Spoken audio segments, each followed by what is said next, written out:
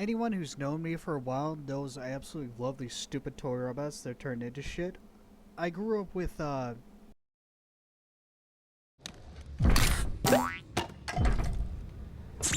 great Transformers media, but I still adored it regardless. This is a brand I've always cherished that helped form me into the person I am today, for better and worse.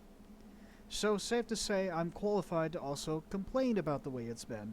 And trust me, I'm not exactly satisfied.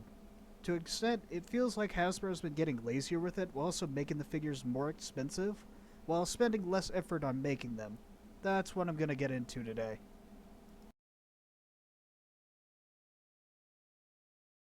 I know this one isn't entirely Hasbro's fault, addressing the orange elephant in the room, but even still, it's clear to me that it's a pretty scummy excuse to charge what they've been charging.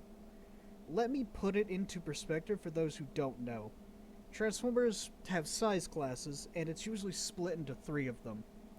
Though that's what makes up a lot of the main toy lines. Deluxe is meant to be the most affordable option, thus it was around $20 and the easiest to transform. The ones in this scale were very simply engineered to make them good for kids to pick up and play with, at least before. Voyager is basically the middle class, around $30, and the engineering was usually a little bit more complicated, but not too complicated. Then there's the leader class. This is where the best is at, usually around 40 to 50. This class featured complicated engineering and was the biggest size class of the three. Toys on this scale, such as Revenge of the Fallen Optimus, were so incredibly complicated to transform, they spent the next several years trying to dumb them down so that little Timmy could transform without going into a mental breakdown. Parents complained, basically. Of course, that was the old days. Going into the Walmart toy aisle now tells a very different story. Deluxe is $27, Voyager is $40, and Leader class is $60, and don't get me started on Commander class. You might be thinking to yourself as an average person that this is absurd, and you'd be right. The simple explanation for this is that they are trying to make these things for adults only, locking out kids and forcing them towards cheaper and worse alternatives. These adults are where the main money is at. People like me, basically, while using tariffs as an excuse to do it, demanding more from their customer while giving less, because while the prices go up, the figures actually get worse, which leads me to my next point. I'm just going to show you several pictures of the new wave of studio series that we got this year, and you be the judge. Age of Extinction Bumblebee, not at all accurate to the film, the legs look ugly and the paint looks terrible. Evasion Mode Optimus Prime for the same film, once again, not accurate to the film, and the paint looks terrible yet again.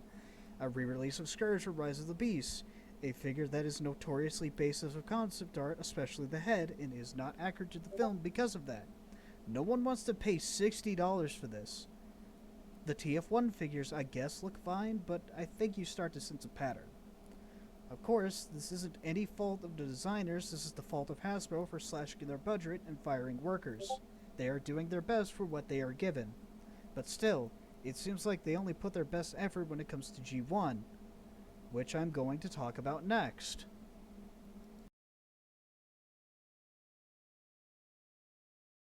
For those who don't know, the Apology Tour is basically their way of celebrating the 1986 movie, a film that was notoriously panned by critics back in the day for being a giant toy commercial and bombed at the box office.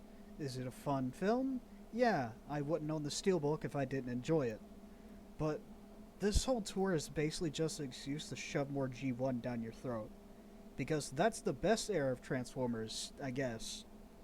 This tour feels like nostalgia pandering for those who watched the film back in the day. It's the most how do you do fellow kids jargon I've probably ever seen from a company. Like what Sega does for Sonic fans, but not nearly as funny as that can be sometimes. In fact, the humor here is basically no effort at all.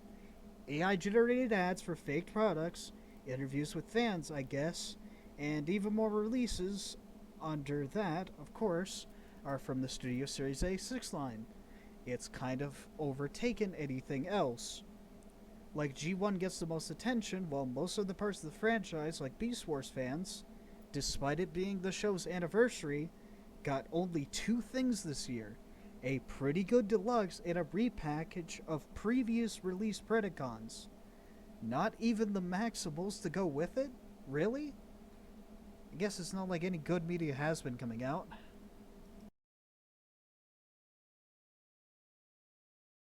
So many Transformers projects in the past 3 years have either failed miserably or just got straight up cancelled.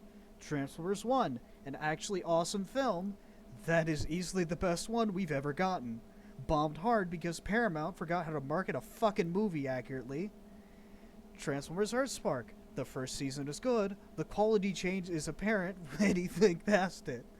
Transformers Reactivate, a game that got announced, got a trailer, several figures, but after several years of silence got cancelled.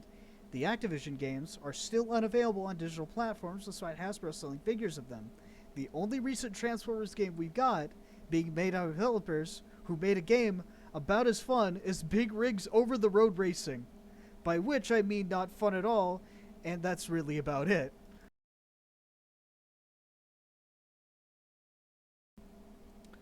I think Hasbro's greed is ruining this brand, and I don't like the direction it's headed.